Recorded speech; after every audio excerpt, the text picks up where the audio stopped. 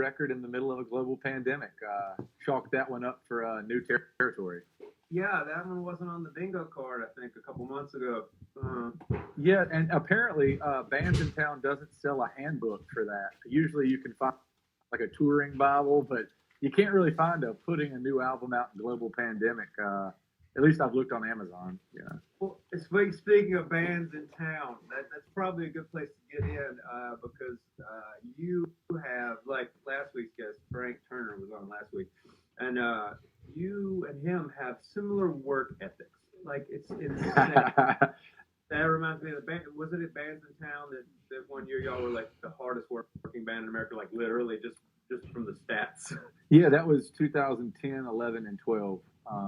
We were Bands in Town named us the hardest working band in the world because we logged more shows than anybody. We did 304, 306, and 307, respectively. Yeah, it's stupid. Just young and dumb, and none of us were married, none of us had kids, none of us had any kind of obligation or responsibility. So we just lived in a van and played. I'm not going to say we played 300 shows because some of those should not be qualified as shows. We played a lot of crawfish cook-offs and open mic before or after an open mic night at a coffee house. You showed up to 300 different things. Yeah, I showed up to 300 different venues and occasionally got paid some gas money for some of those. Yeah. Well, I mean, that's when people ask me, what advice do you have for this life, and I'm like, don't do it. Just don't fucking do it. If you have any other way to do it, if you're not compelled to do it, do anything else. I love how you're just as good of a motivational speaker as I am. Like, I'm extremely bleak and dark. Like, you'll have parents who are like, hey, Johnny here has been playing guitar for 2 months and wants to know what it takes to be a musician. And I just look at these like 9-year-old kids and I'm like, are you willing to give up everything you love for a decade to try and make it and still have a chance of completely failing? If not, do something else, kid. Like, guitar's fun. Guitar's something you can do as a hobby. Like, you can play fucking Wonderwall at a party and always be the coolest guy at the party. But if you're going to make a living at this, you've got to fully commit. And even then, it's not guaranteed. Well, that's a pretty good question, though. Like, because I find, this doing it as a career, it threatens to kill some of your love for it. So I find a way to keep it pure and sectioned off. Are there any things you do to keep it the generic softball across the plate question is just, how do you keep inspired? How do you? Well, it turns out when your entire band quits every 2 years, it keeps it pretty spicy and keeps it pretty interesting. Tumultuous band turnover will definitely lead to keeping you on your toes and keeping it fun. Just because right at that moment where you start not getting along with somebody, in my experience, they end up leaving and you end up finding somebody else great to tour with for a couple of years.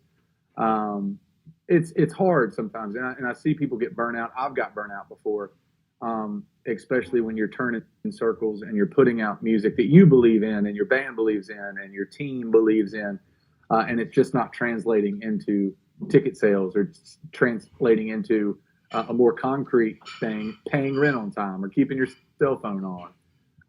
Especially in the early days, that was a really big struggle. Like, it started feeling like work. When you're playing 300 bullshit shows a year and barely getting by and paying everybody a livable wage, that's where it starts feeling like, man, it was a lot more fun when we didn't have anything on the line.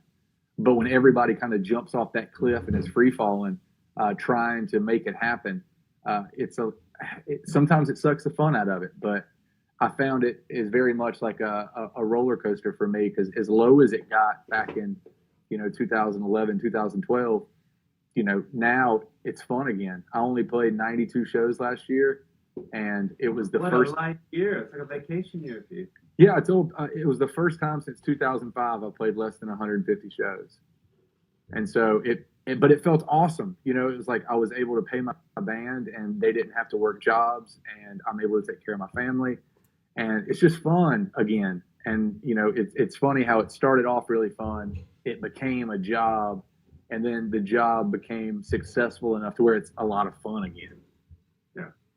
So it's just peaks and I'm just waiting for another 10 years where I just fade into obscurity and go back to the Tuscaloosa crawfish boil. And I'm not even right before Clay Walker this time. I'm like 4 before him. Yeah, they'll still be there. The swimming pool full of crawfish. I know what you're talking about. I've been there. I think I played it. I think we've all played it. You either play it on the way up or you play it on the way down. You always play it though. So yeah, let's jump right into the new one. Thank you for letting me hear ahead of time. I've really enjoyed it. There's a thing you do that has always interested me on a lot of the records. You have a sort of a dialectic. I don't know if this is on purpose or not, but between the songs, not in the songs themselves, but almost between songs, there's like an argument going out. And like on this one, like a song like Lamentations versus a song like The Luckier You Get. So Lamentations is sort of, to me, strikes me as like, you know, the death of the American dream is sort of being rigged. You have sort of songs that are like, this thing is rigged. And then you have songs that are still like The Luckier You Get is almost, you know, by the bootstraps American spirit thing, you know. Yeah, for sure. I realized early on you can't write 10 songs about just utter darkness. You know, if the only way people can really digest it and take something away from it, in my personal opinion, is for a dark room to, you know, be a little less scary, you have to crack the door and let a little bit of light in every now and then.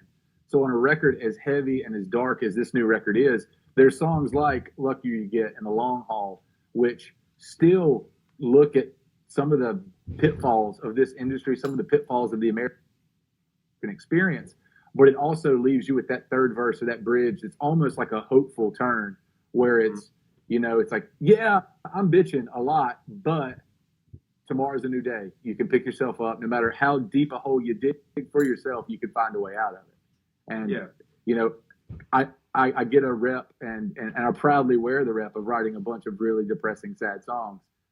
And I've learned that as long as you throw a couple semi-sad songs in there, it makes it a little more bearable instead of just being a sad sack that puts out, you know, 10 Lamentations every 2 years. Yeah. Well, you know, it's been a rough few years. So, yeah. What are you talking about? Called for. Yeah. There was something interesting. I thought that started working into your music around the time, like the Wolves era, stuff like that. It sort of broadened into sort of more of a cinematic element, and I started hearing more dissonance musically. For sure. Yeah, and I was wondering if that was, if that was a conscious choice, or did it just sort of happen naturally with the band members, or? You get lucky. Like when I started the band, it was all people who were kind of at my skill level. It was just 3-chord American canon rock. And we're going to, you know, play these 3 chords and, you know, Petty and Springsteen the shit out of it. And nothing wrong with that. But I've learned that, you know, unless you're Petty or Springsteen, you can only do that for a few records before people start getting really fucking tired of your pale impersonation. So as band members started turning over, I got really lucky because the band members were getting much more talented. And so when we went into the studio with these kind of skeletal folk songs that I continue to bring to the table, they were wanting to do more with it and make more space, whether or not that space is filled with atmospheric stuff or whether that space just takes up space. That's really been the big change, is that the new band members coming in and out have kind of made the sound grow into kind of these, a song like Lamentations, for example. You can hear the folk song that I brought to the table, and then it just turns into a 2.5-minute atmospheric jam at the end of it where it just goes absolutely insane. And that's just because the players you're bringing to the party. Yeah. I didn't know how much of that was a choice of ahead of time, or if it was happens in the studio naturally, or if it was like, okay, this one, I hear this one as a, you know, I sound like I'm on a Texas plane here with this one, or this one that feels. We got really lucky. We went into the studio with a really, really good idea of where the songs were headed. We had everything already, you know, we rented a studio in Raleigh for a couple of days and pre-pro'd everything and got the songs to where we thought they were in fighting shape. And so that way, when we went to LA to make the record with Shooter, it was really him just fine tuning what we had already fine tuned. So it was just, we cut the fat and then he trimmed a little bit more off of it. And we knew from the jump that like a song like, Me and Mine, Lamentations, we knew that at the end of that, we just kind of had it bookmarked as freak out jam. Like, and then we got in the studio and started throwing stuff against the wall. And some of it worked great. You can hear it on the record. And some of the ideas didn't work. But it's about having trust in the people you surround yourself with. And I've never trusted a band as much as I trust this band. And, if they're telling me, hey, let's try this, and Shooter's saying, let's try this, I can put my, songwriter ego to the side a little bit and said, I'm getting outvoted here, 5-1, let's try it. And most of the time, they're right, because they're real musicians and I'm just a songwriter that fumbles through cowboy chords. Well, sounds, huh? It's as far as when you start getting a little churching the chords up a little bit too much, you can trip the song up sometimes. There's sure. A balance. And I've had moments on records with past bands that did that, where the beautiful balance is when the musicianship serves the song in a really cool way. But then you have musicianship that is just like, look at what I could do. Look at what I could do. Yeah. And that's where it gets in the way. Like there's some songs on previous records, I'm not going to name bands or songs, but listening back, you're like, man, that part sounds cool and it's a musically neat part, but it definitely gets in the way of the song. And it's about growing older, refining a craft, which that's all this is. That's all songwriting is a craft. And it's about learning what works in your style and what doesn't work. And luckily, and you're the same way. It's like 15, 20 years in, you realize, like, I know what I can do. I know what I excel at.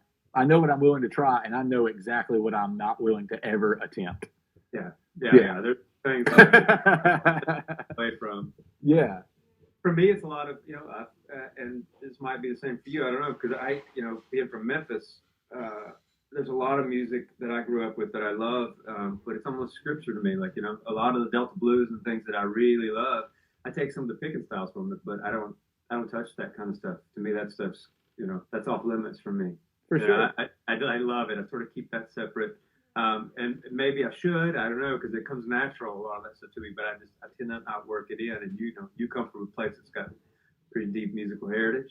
Yeah, it's I'm not doing too much bluegrass stuff, and that's sort of where I was going with that. Yeah, I was raised, at the foothills of the Blue Ridge Mountains, like the home of country music, the home of bluegrass, and not a lot of that traditional stuff gets into my music. Like, I still very much write in that I write about the same subject matter, but I definitely do it through more of an American rock canon.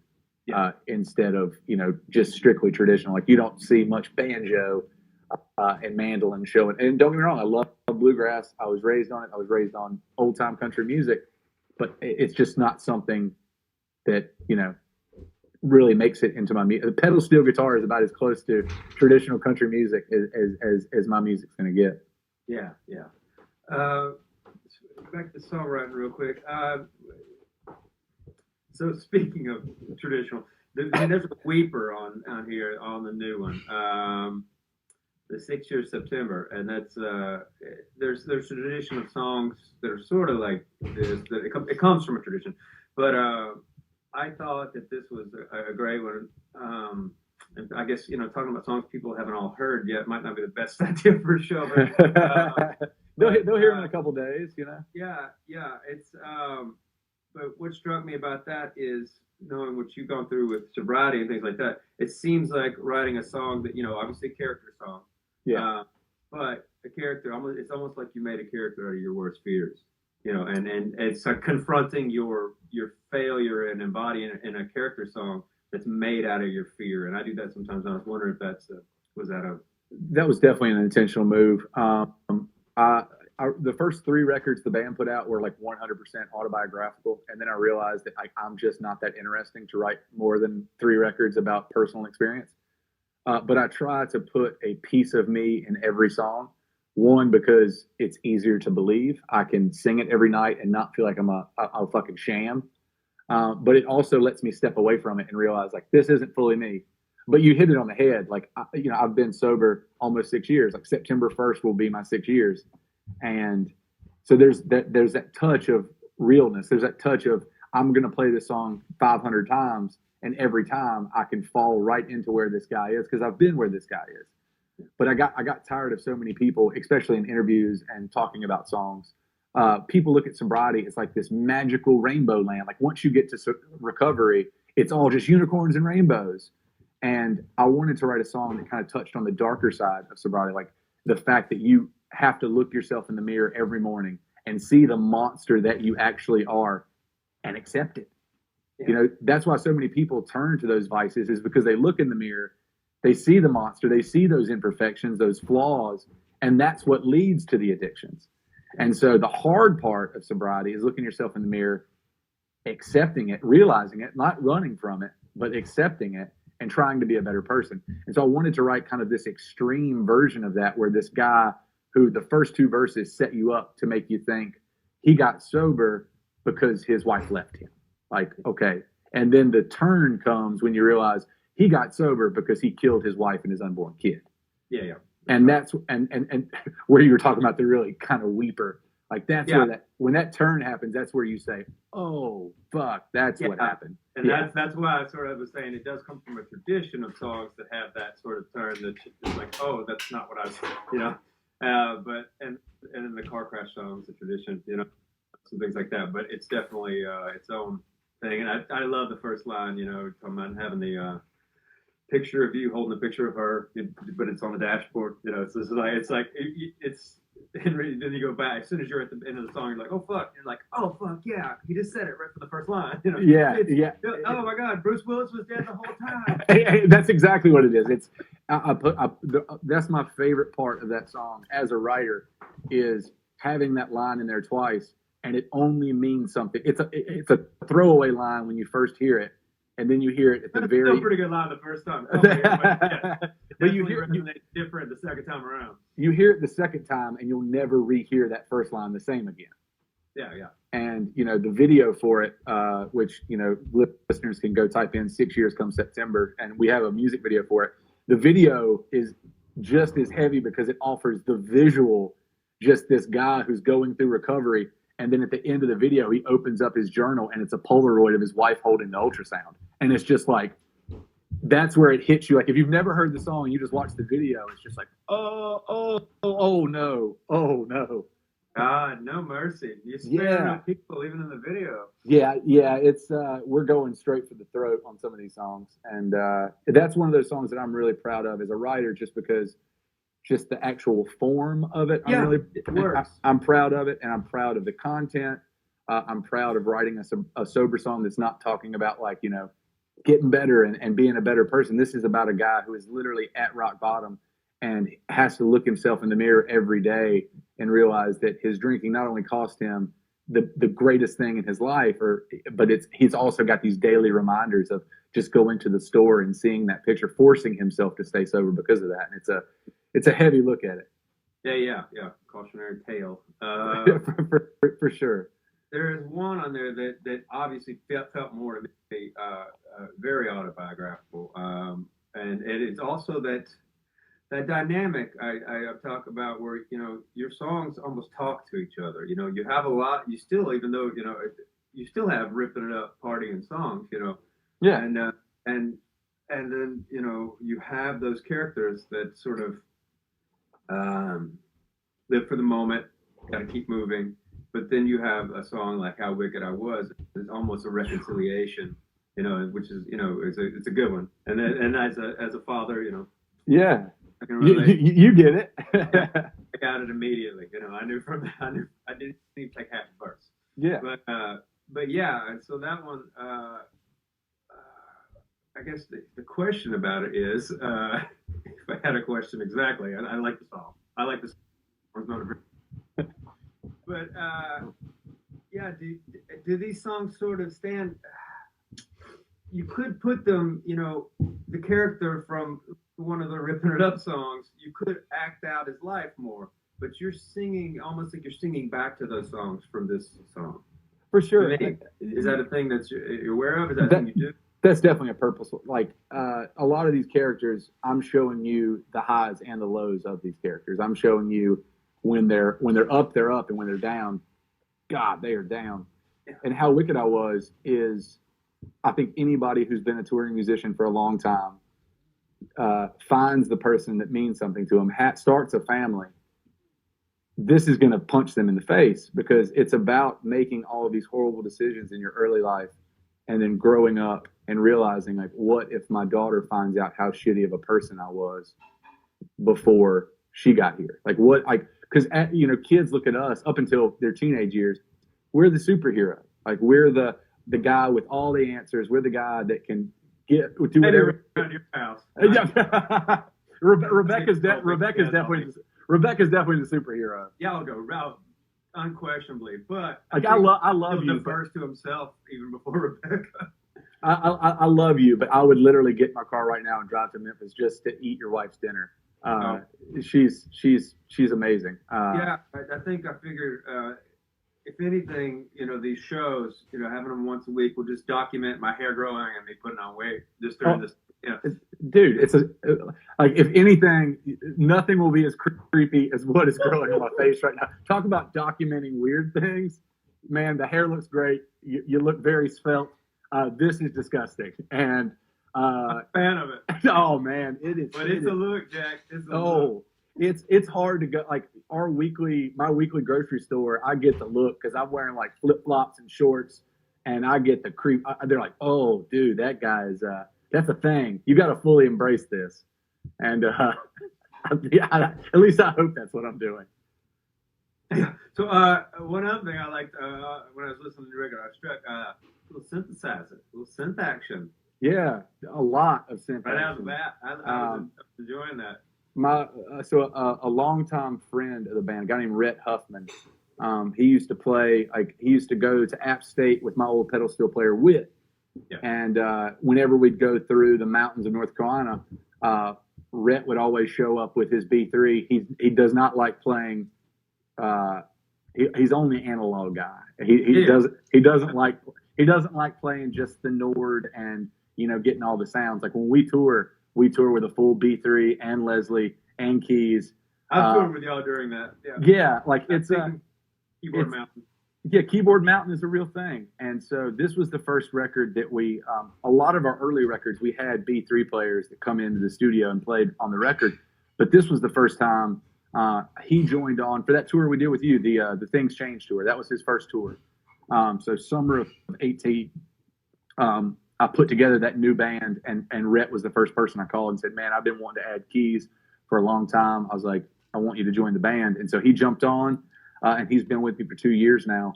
But this was the he's disgusting. He's one of those guys. Like I told you earlier, like, it's like everybody who comes into the fold brings a little bit something more to the table than the person that they took their place. And I don't mean that as a slight to anybody. I just mean it as, I have a really bad tendency to fall down, but I'm really lucky because I fall forward every time. And Rhett is a perfect example of that. It's like, I've had keys players before that are great, that did a great job. But yeah, you've never had a slack musician in your band. You've always had. Yeah, I've been really lucky to surround myself with a bunch of really great players. But Rhett's one of those. Rhett can play for anybody. Rhett can play in any band. It's insane. Yeah, he's a freak of nature, and I'm extremely lucky to have him in the band. But this is the first record that he actually got to play on. Yeah. And we were doing it in North Hollywood, and like, his favorite Instagram follow keyboard shop was 4 doors down from the studio.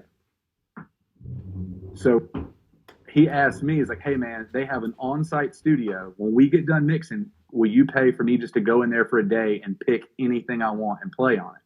There's some good sense on there. And I said, "Yeah, man." I was like, "Sure." I was like, "You can have a whole day just keyboard world." And him and Shooter spent the entire last day a couple doors down while we tied up just comps and mixes and stuff.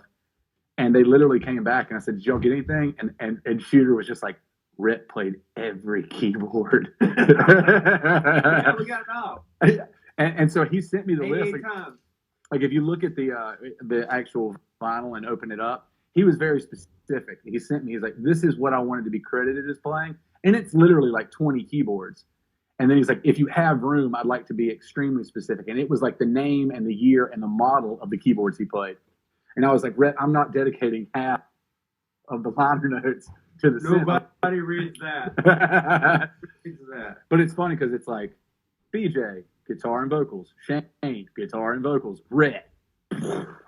CS80. Profit. Oh, it's amazing. And because not only is he just an amazing keyboard player, he is fully proficient in using every single one of these keyboards. Yeah.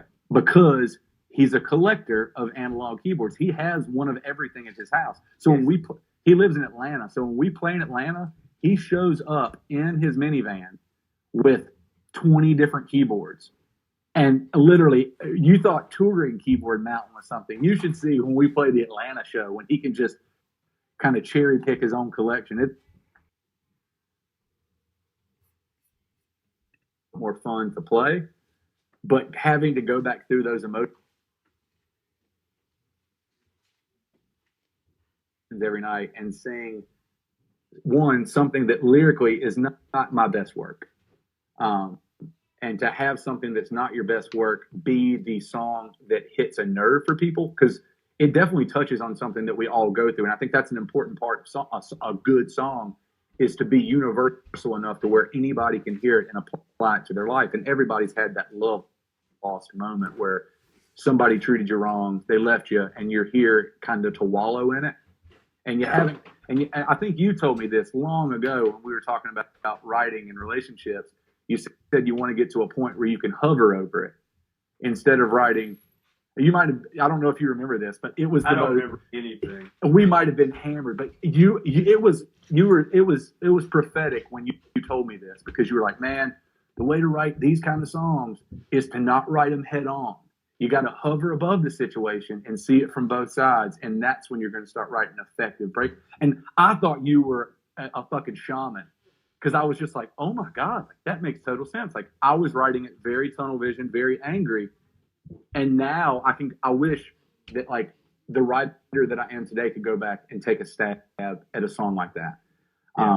And try to write something that still hits on those same nerves, but is a little bit more artistic and not as just fuck you. Yeah. And fresh off the diary page. Yeah, and that's exactly what it was. I was young, I was dumb, but it's also a song that has brought so many people to the table, and then they fall in love with the rest of the catalog. So I always consider that my blessing and curse song, because it's got so many people that love that song, but I've played it every single night. And it doesn't mean the same thing for me anymore. I just play it because it's a really fun song to play in front of a lot of people. Yeah. Matt Kreis was asking, church really asked your daddy to leave? Oh, for sure. My dad, that is a factual information. My dad was a deacon at the Sharon Baptist Church in Reidsville, North Carolina. And I was a bit of a hellraiser in high school. I got in a lot of trouble. And I remember one time we were sitting in the middle of church, and we'd been going to this church, pretty much my whole life. And the preacher on the prayer, at the beginning, they asked if anybody had anybody for the prayer list and everything. Yeah. And the preacher said, I'd like to add the Barhams to our prayer list, and I'd like to pray for Walter and Beverly to get control of their son. A prayer took both of us, and we walked right the fuck out, and we never went back. My dad, resigned as a deacon. We didn't go back. I don't remember going back to church after that. Because they insulted my father. They told him he was being a bad parent because I was a shithead. And it's the complete opposite. I was just a teenager, which is the equivalent of a shithead. Like, everybody's a shithead. And so, that was kind of my first seeing some of the hypocrisy in the church. And I've still got plenty of friends that are extremely religious. And I write sometimes from my new record is named after a book of the fucking Bible. Like, I still touch on religion because I think that the stories are kind of universal. And I think that a lot of times you can make those analogies with stories that people are familiar with, and it makes a little bit more sense to them. Answer your question very simply. In an extremely theatrical form, my dad walked out of that church and we never went back. That's funny. I can hear the upbringing in the church. I have it in mind, with the especially with the parallelism, the structure of the lines sometimes. For sure. And that's something that happens in a lot of songs. But I find that when I hear it a certain way, there's a certain way the King James cadences are, and I a lot of times I'll hear a songwriter, I'm like, that kid got drugged to some Baptist Sundays. Exactly. Well, and that's the thing is, I think a lot of, especially if you're raised in the South, I think the church is the first example you had of singing. I think that's the first. I think that's the first kind of doctrination into music that you had, not just the religion aspect of it, but just the power of the human voice, like just a piano, an organ, and a human voice. And when you actually saw somebody that could really sing, like if a revival came through, I think it was just the actual musical form of being like, whoa, I feel like she could be singing the phone book and I would still be feeling like all over. The hymn's got some good jams in it. Of course. Half of them are written to old Irish folk. Oh, 100%. You could change the words and it's a fucking folk song. It's one of those things where, and I'm with you. Like I can hear a great tune. There's a bunch of bangers in the Southern Baptist hymnal. And again, you look at them and they're these big cinematic. Like there's no wonder that I love really big anthems. Like half those fucking hymns are anthems. And when you get 200 people singing at the same time and they start shaking the walls, that's rock and roll, man. Like replace those words, and that's rock. Especially if you're from the South, because these are the stories you were told to explain everything. Right, wrong, the why, what's, who's, when's, where's. Well, like, why gas went up 20 cents? Oh, well, turn with me to do blah, blah, 1270, blah, blah. I like do blah, blah. But yeah, I notice a lot of folks, and even if they're religious or not religious, they touch on these things that are kind of universal. Like even if you hadn't seen the movie, you know these certain parts. Those are the kind of things that you can touch on in the Bible, and they mean something. You can mention Judas to anybody, and the first thing you think is betrayal. And so if you're telling us a story about betrayal and you fucking Craig Finn the shit out of it, and you throw a Judas line in there, it just becomes not just real, but like real on a biblical level. And, that's way to it. Exactly. Yeah, I'm glad you mentioned Craig. He's one of my favorites. I don't think anybody has that delivery, man. It's immediate. Like as soon as I hear the song, I'm like, that's Craig Finn. Yeah, he was singing on my record. Yeah, it's like it's a 3-parter. I've always said he's one of the only guys that sings the consonants as hard as he sings the vowels. He just sings the whole fucking word.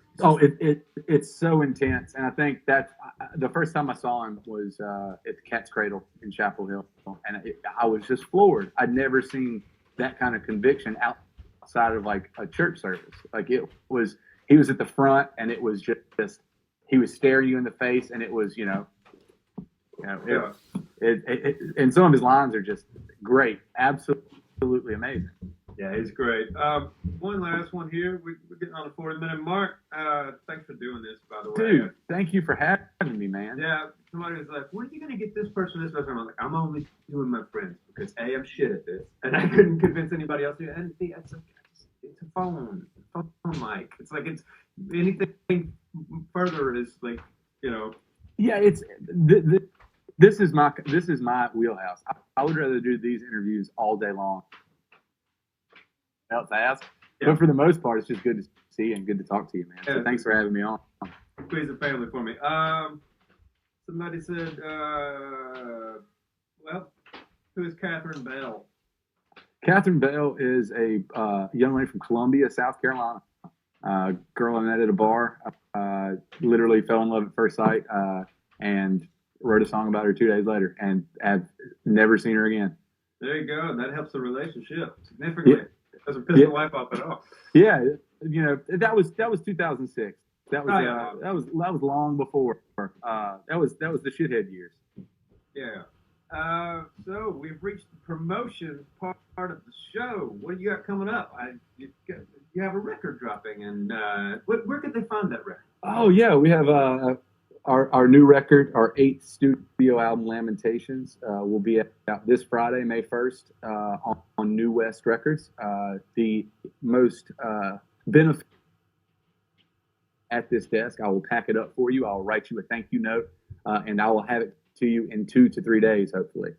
The USPS has been dropping the ball the last couple of days, but I'll get it to you as soon as I can. If not, I understand that times are tough. For some people, if you are just into consuming music for free for these couple weeks, go to Spotify, Amazon, however you consume music. I just want you to listen to it, because I really think that if you listen to it down the road, you might actually buy it, or you might come see me when I swing through your town, and I'll let you pay me back then. American Aquarium here on Instagram Live. I do a show every Wednesday and Sunday night, called the Sad Song Revival.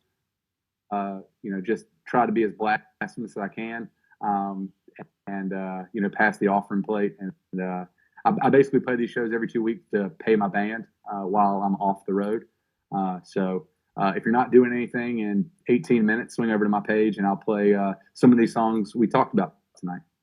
Very cool, man. I appreciate it. So I've also, I got a few folks here, I'm putting out stuff too. We've got a couple of quarantine records or whatever that I'm just doing home recordings, old demos, old rarities, and things like that. And I'm learning all this stuff and learning to do. So those are available. They're on the link in the site. Yada yada. Every Wednesday.